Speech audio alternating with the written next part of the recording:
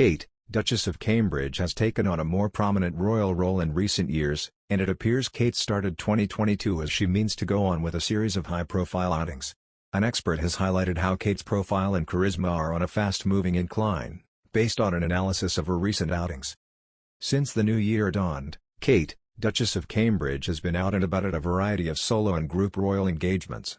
Earlier this month Kate visited Twickenham for a spot of rugby to mark her new sporting patronages, before joining Prince Charles and Camilla, Duchess of Cornwall for a visit to the Prince's foundation at Trinity Buoy Wharf. Last year saw some seismic events shake the royal family, including the death of Prince Philip and Prince Harry and Meghan, Duchess of Sussex's bombshell TV interview with Oprah Winfrey. But as a body language expert pointed out, Kate appeared to take on a larger role in the spotlight, emerging with a leadership profile as one of the firm's most senior members. Based on her 2022 outings so far, it seems Kate is further solidifying her more prominent role within the royal family. Body language expert Judy James told Express.co.uk, "We might only be a few weeks into the year but already Kate's profile and her body language charisma seem to be on the same fast-moving incline. Last year we saw her emerging with a leadership profile in the firm, choreographing brief rituals of unity between her husband and his brother Harry, and consoling Prince Charles at his father's funeral. The normally reluctant performer also showed off her piano-playing skills on TV and proved she had talent as a presenter and a campaigning speechmaker.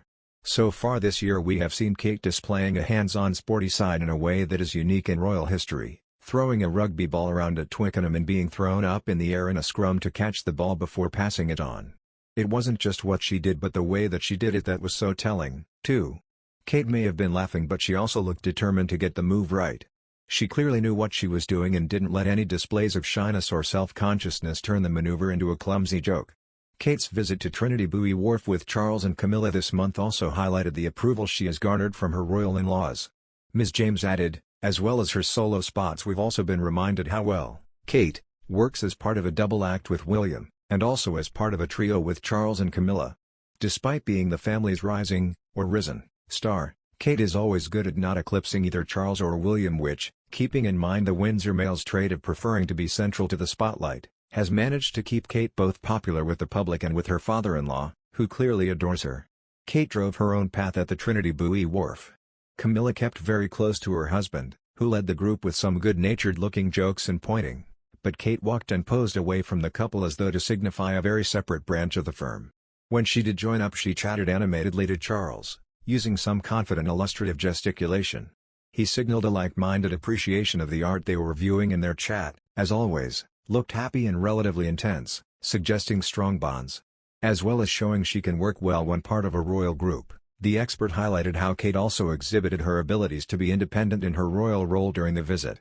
Speaking on talk radio, host Mr. Kyle asked whether it would be in the royal family's best interest to let the far more popular Prince William take over as king when the Queen died.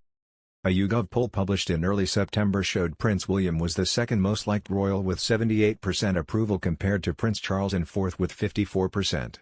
Kate on the other hand was ranked third with a 75% approval, making her the highest-ranking spouse on the list by a large margin. Camilla, the Duchess of Cornwall, was ranked fifth with a 43% approval. Mr. Kyle asked Mr. Pound whether Prince Charles would step aside and let Prince William ascend the throne to save the monarchy. He replied, "I don't think he would. The deal we had Prince Charles was, we pay for someone to squeeze the toothpaste onto his toothbrush and he keeps out of politics. We've kept our side of the deal, he hasn't kept his side of the deal. And honestly, I've met him a couple of times and he is a perfectly charming bloke, but he's trying to be a constitutional and a ceremonial body. I honestly think that someone like Kate could actually save the royal family."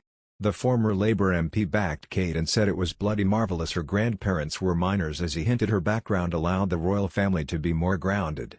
The two radio guests also noted Kate was not popular when she first joined the royal family, as she was accused by some aristocratic circles of being a social climber. It was also noted that Kate was looked down upon because of her more middle-class background but is now one of the key figures in the royal family. Mr. Pound continued on and said he wanted to see the public have the confidence to turn around to the royal family and government and say they do not want to be subject to the royals. He explained the royal family could keep the glitz and have tourists visit them but did not want to see MPs or other officials swear fealty to the monarch. Mr. Pound said he hoped the UK could copy the Dutch and the setup they have with their royal family.